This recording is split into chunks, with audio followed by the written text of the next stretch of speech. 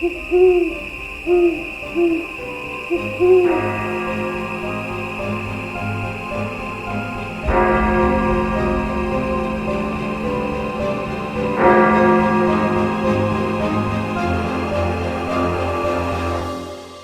12 past 3.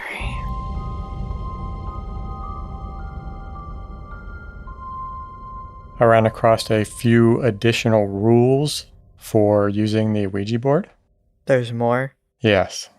And I hadn't heard these before, and I was wondering how many rules are there? They might as well just make it don't use the Ouija board. Yeah, exactly.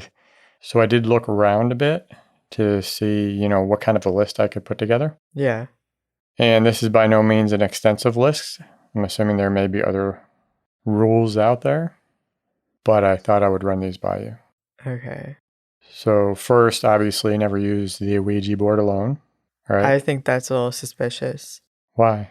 Well, because I feel like they're doing that to make you play with others, which is why it's moving. Okay, so we'll leave that as suspicious. Yeah. Never use the board in your house? No, that's valid. Okay. Never use it in a graveyard? Valid. Never use it when you're ill, depressed, or in any weakened state? I can see that. Makes you susceptible to demons? Yeah. One person should be the leader and the only one to ask questions? See, I've never heard just one person asking questions, though. I've always heard that everyone asks a question. I think you can ask questions, you just have to funnel it through the leader. Oh. Do not ask for physical signs. So don't say, hey, knock on the walls and let us know this is real. Yeah. Never joke around. Never insult the spirit. Well, that's a given. Yeah, it's like, okay, yeah. Certain questions you should never ask. When will I die? When is the end of the world? Any questions about God? Does that just piss them off? Yeah, I don't know. I'm not sure. Maybe there's just some things we shouldn't know. Yeah. If you contact a spirit and it starts going through the alphabet or counting down, immediately end the session because it's a malevolent spirit. So it knows it's alphabet. Presumably, yes. And it knows how to count. Yeah. Well, count down. It's the Sesame Street malevolent spirit. Yeah. If you contact a spirit and they are making a figure 8 or infinity symbol, immediately end the session. Never invite anyone you contact to join you in this world. I feel like that's also a given. Yes. And of course, always say goodbye. Never leave the planchette on the board. Does it say why? It says it can allow the demons or spirits to escape the board. That's weird. But it also says to always properly store the board after use. So don't leave it sitting out to begin with. Well, yeah. I always see people leaving it out, though. Yeah. Sage the room after you are done. Yeah. But done where? If you can't do it in your house, where are you doing it? Somebody else's house? Yeah.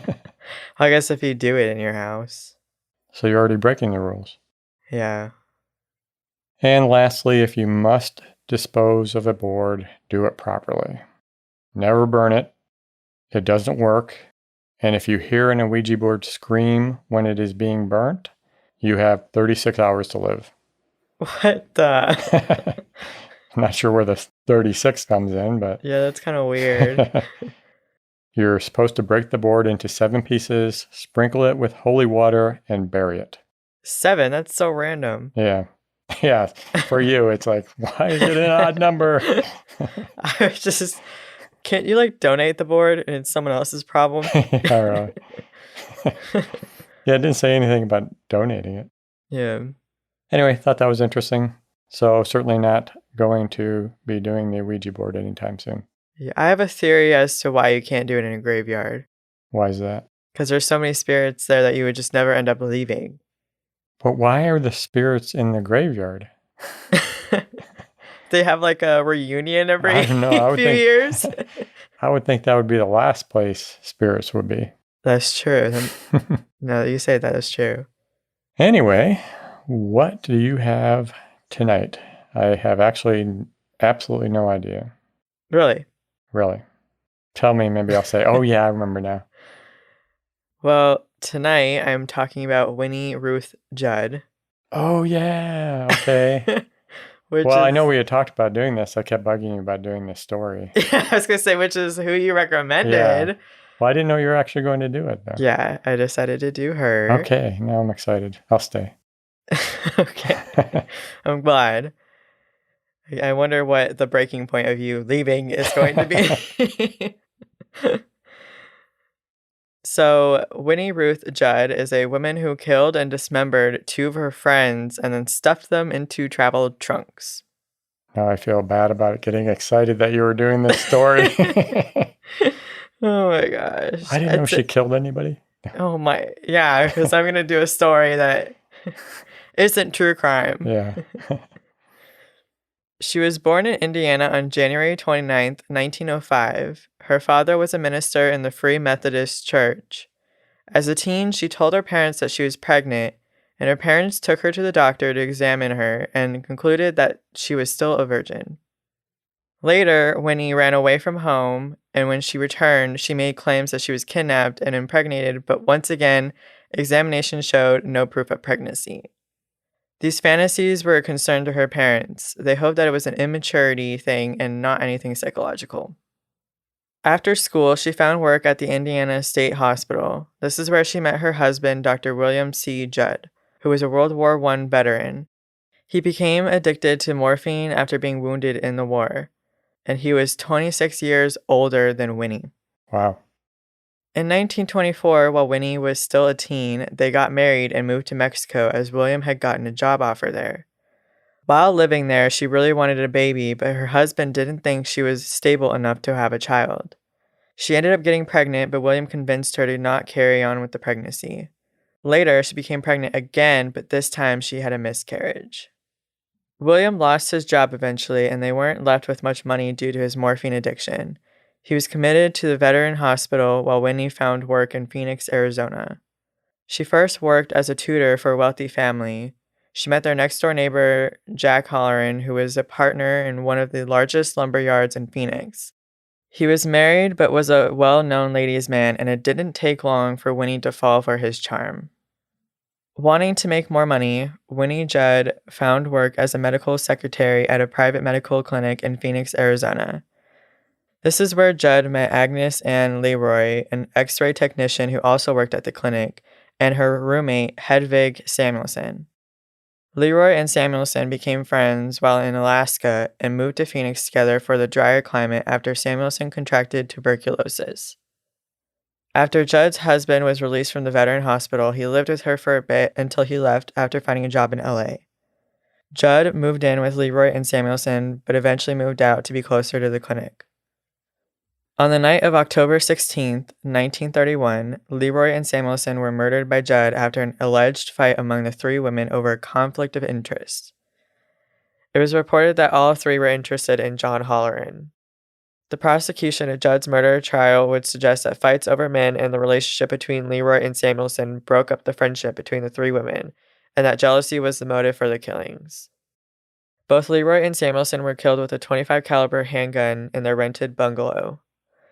According to prosecutors, after the two were murdered, Judd and an accomplice dismembered the body of Samuelson and stuffed the head, torso, and lower legs into a black shipping trunk, with the upper legs being placed in a beige travel bag and hat box.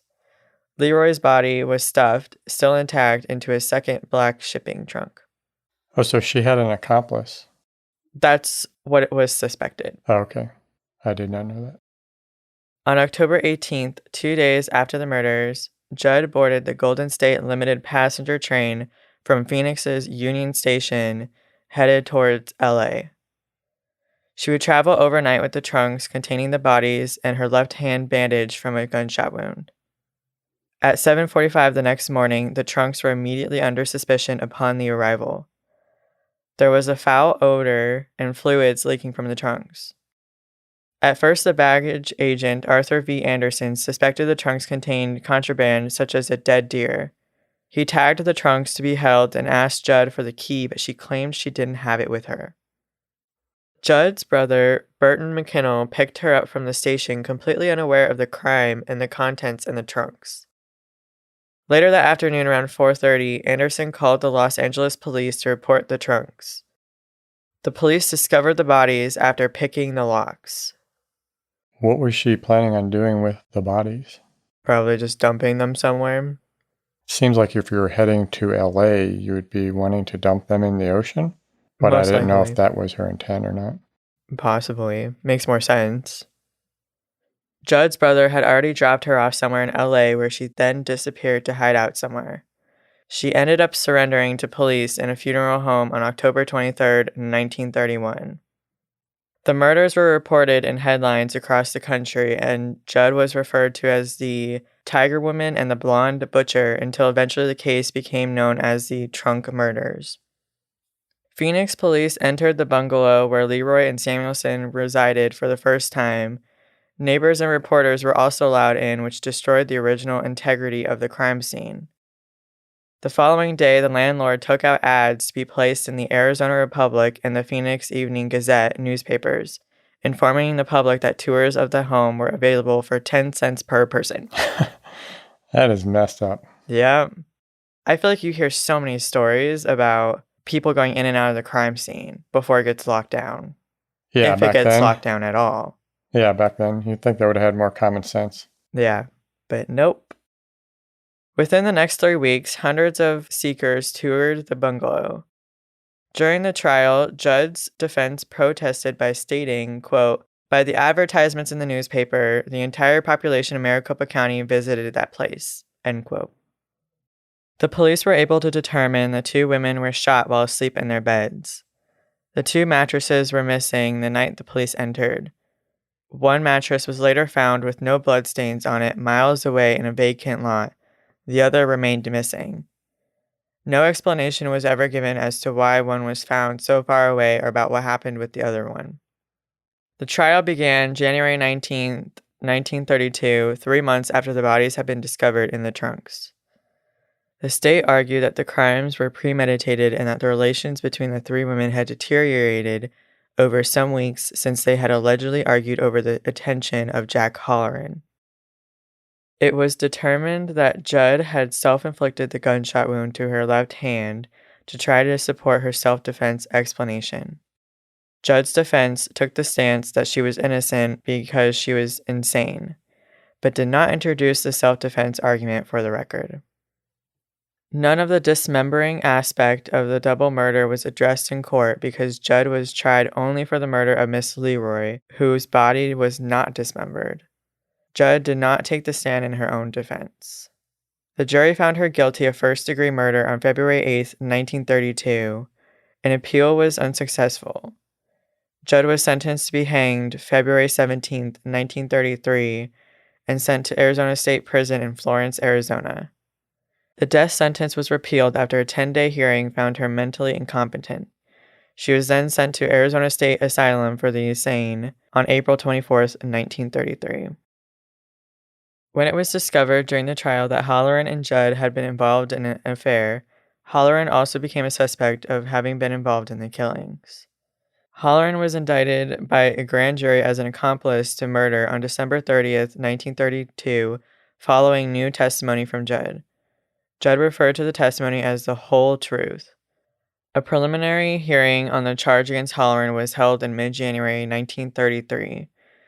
Judd was the star witness. In testimony that lasted almost 3 days, an emotional Judd told her story saying, quote, "I'm going to be hanged for something Jack Halloran is responsible for. I was convicted of murder, but I shot in self-defense.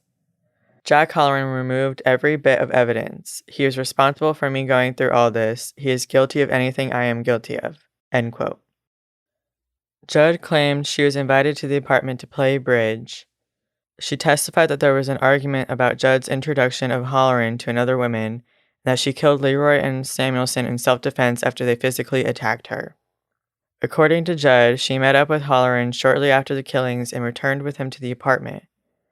After seeing the bodies, he went out to the garage, returned with a great heavy trunk, and told her to not tell anyone. Under cross-examination, Judd admitted repacking Samuelson's dismembered body in a trunk and other luggage 2 days after the murders. Halloran did not take the stand in his own defense. His attorney told the court that Judd's story was nothing more than the story of an insane person, and argued that since it was testified that the two women were killed in self-defense, that there was no crime committed, therefore Halloran could not be tried for anything. Halloran's attorney asked for the charges against his client to be dismissed.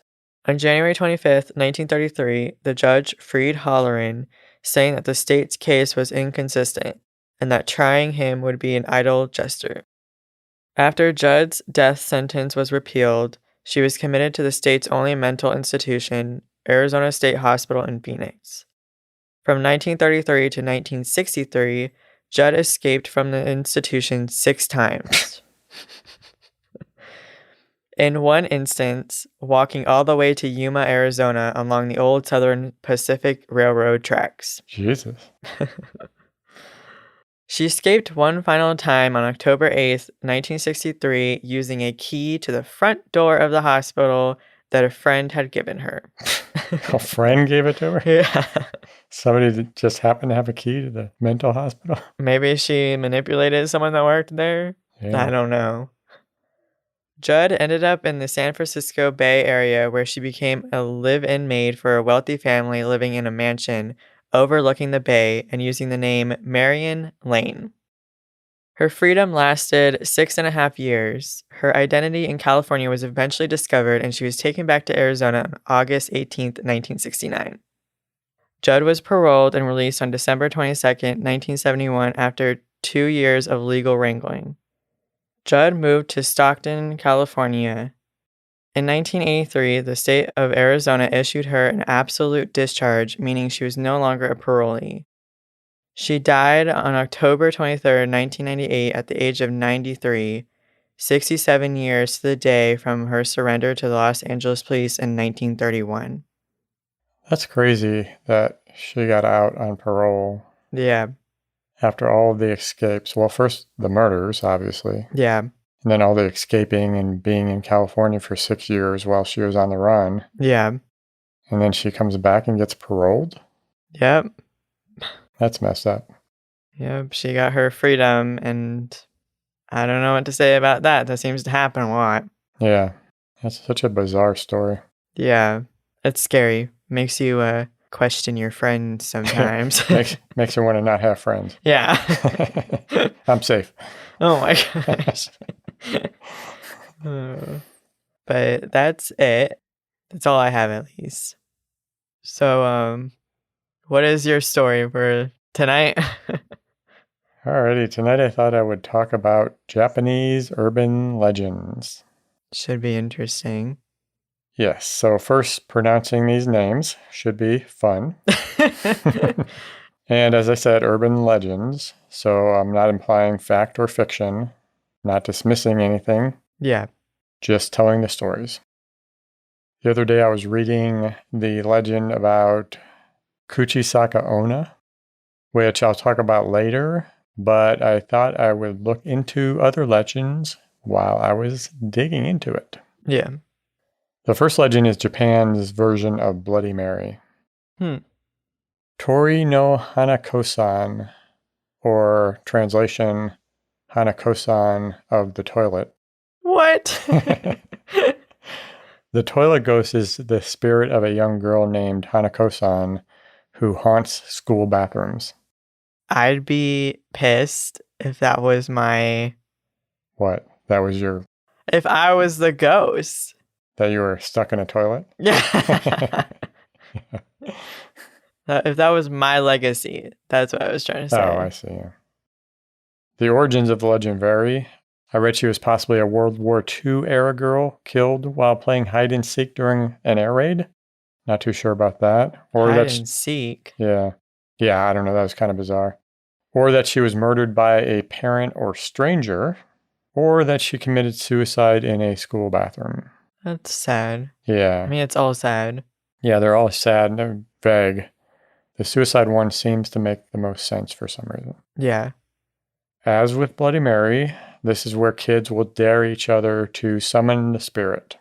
But she is specifically summoned in a bathroom on the 3rd floor and in the 3rd stall. That's specific. Yes, not sure the reasoning behind that, but that's part of the legend. Then, from the third stall, you have to knock 3 times. So, Hanako-san, Oh my god. Hanako-san, Hanako-san, penny, penny, penny. Oh my god. We're gonna be cursed. No, you're supposed to say, "Are you there, Hanako-san?" Just knock 3 times and then, "Are you there, Hanako-san?" Yeah. There are variations of what happens if she is there, but generally she will say, "Yes, I am," and then she will either appear or a bloody hand will reach out from the stall door. Which one would you rather have? Neither? I wouldn't do this. The only description I found of her was that she has a bobbed haircut, the traditional Japanese okapa style hair, you know, the short hair above the shoulders, Yeah. straight hair, and the short bangs. Yeah. And she wears a red skirt or dress. So, again, kind of vague. I was expecting white. It's always Oh, the girls in white. well, it's scarier too, white with blood all over it, right? Yeah. She reaches out and will pull you into the toilet, presumably down to hell. Or another part of hell, because I think school bathrooms are already some kind of hell in their own. Yeah. I don't know. This kind of sounds like a shitty situation to be. The legend is believed to go back to the 50s, which I guess would coincide with the modern era school system after the war. Yeah. The next legend is about the cursed poem, Tomino's Hell. Oh, I didn't know poems could be cursed. Yes. That's the English translation of the title. I won't attempt the actual Japanese name. The poem was written by the Japanese poet Saijo Yaso and was contained in one of his collections published in 1919. His poems are said to include heavy symbolism and wordplay, thus leaving a lot of room for interpretation. Yeah. Which is the case with Tomino's Hell, where there are many interpretations out there of what the poem actually is about, and even whether Tomino is male or female. I think one of the more popular interpretations is that the poet was expressing his grief after the loss of either his father dying in World War I or the loss of a sister. But, like I said, there are many different theories out there, and I won't get into them all. Yeah. Supposedly, allegedly, You haven't said that one in a while. if you read the poem out loud, you will be cursed and suffer some type of loss, misfortune, or even die. Oh. Or all of the above. I guess dying is all of the above, right? Yeah. So it's only if you read it aloud. Yes. So not if you just read it. That's my understanding, yes. Well, I won't risk it either way. Exactly, yeah. There are rumors of people suffering all type of ailments, and even a rumor of a young girl who died after reading it. Oh. But all are pretty vague stories, no real details, smells of urban legend. Yeah. Right? There was one detailed story about a Japanese filmmaker who wrote and directed a movie based on the poem and supposedly died suddenly. In my quick search, I could not verify whether the movie noted was actually based on the poem. Kind of hard when you're looking into Japanese movies. Yeah. But his death was actually 9 years after the movie was made. And it wasn't a sudden death. He died of a terminal illness he had been suffering since he was 19 years old. Oh. Yeah. So I'm not going to mention his name or the name of the movie, even if I could pronounce them. Yeah. Because I don't want to disrespect the man, because I think that is definitely made up. Yeah. Another tidbit, and this is maybe what fueled the legend, is about a book that was published in 2004 that was supposed to be based on the poem. This is something else that I couldn't verify right away, so I won't mention the book or the author. But he is said to have written about suffering a terrible fate if you read the poem out loud. So there's that, right? Yeah. That seems like the most likely place where the legend started. I have not read the poem. Honestly, I won't read it. Yeah. In my head or aloud. Yeah. I don't blame you. I do wonder whether the English translation would really have the same effect. That's what I was wondering. Yeah, but I'm not going to take any chances. No. I would suspect not for how different translations are to the actual. What if you read it twice? Would it cancel each other out? No, you have to read it backwards. Oh, so reverse to cancel it out, it. yeah. Up next is Okiku, the doll. Oh my gosh, not another doll. This legend is from Hokkaido, which is the second largest island of Japan. In 1918, 17-year-old Akichi Suzuki bought a doll for his 3-year-old sister Okiku.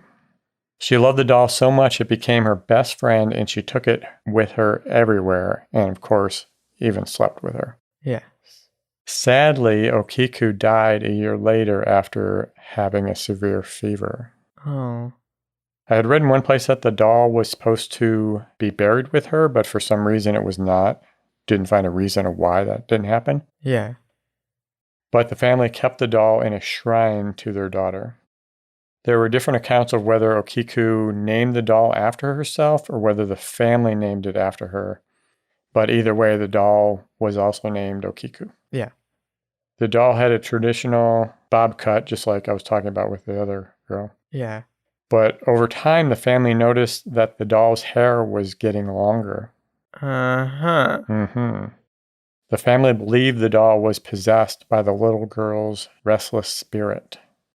In 1938, the family decided to move from their home in Hokkaido, and for some reason decided that the doll should remain on the island. Not really sure why, but they entrusted it to the Buddhist monks at the Menanji Temple, where it now resides. That's weird. It is said that visitors are not allowed to photograph the doll, although there didn't seem to be any shortage of pictures on the internet. That sounds like another doll we have. Yeah, so assuming they're real photos, right? Yeah.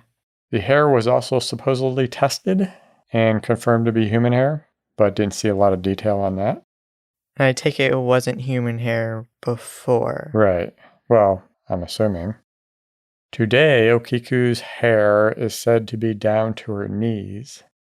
The monks started trimming the hair after one of the monks had a dream where Okiku asked them to do it. Not sure if that was Okiku the girl or Okiku the doll that asked. Yeah. But anyway, so they trim her hair now. Aw, that's kind of cute. Yeah. And scary. I definitely wouldn't keep the doll in my house. No. And finally, the next legend is about a woman some 1,000 years ago in Japan, married to a samurai. I believe she was married to a samurai. Different stories on that one, but samurai just sounds cool. Yeah. She was very vain, and if she discovered someone looking at her in town, she would ask them, "Am I pretty?" I found she would ask, "Am I pretty?" or "Am I beautiful?" But I'll go with, "Am I pretty?" Yeah. Her husband caught her having an affair, and he slit her from the corners of her mouth to each ear and asked her, "Who will think you are pretty now?" Oh. She died and eventually returned as the vengeful spirit Kuchisaka Onna, or the slit-mouthed woman. That's sad. Yes. She appears to those walking alone, usually at night and usually children. She is seen wearing a surgical mask, which even pre-pandemic wasn't unusual in that part of the world. Yeah. Where people are usually considerate of others and will wear masks if they are sick with a cold or something. She will approach and ask, "Am I pretty?" If you say no, she will kill you with a large pair of scissors she is carrying. Yep, that's it. If you answer yes, she will take off her mask, revealing her grotesque, bloody smile, and ask you, "How about now?" If you answer no, she will kill you. Yeah. If you answer yes, she will cut you from mouth to ear to give you the smile that she has. What? How is that fair? If at any time you try to run away, she will just appear in front of you again and challenge you with the same question. Huh. So this was the story that sparked my interest in the Japanese urban legends. I thought it was interesting because unlike with like Bloody Mary or Hanako-san, where you actually summon them. So you're asking for trouble, right? Yeah. This story is interesting because you're minding your own business and then you get into the situation where there's no way out. Yeah.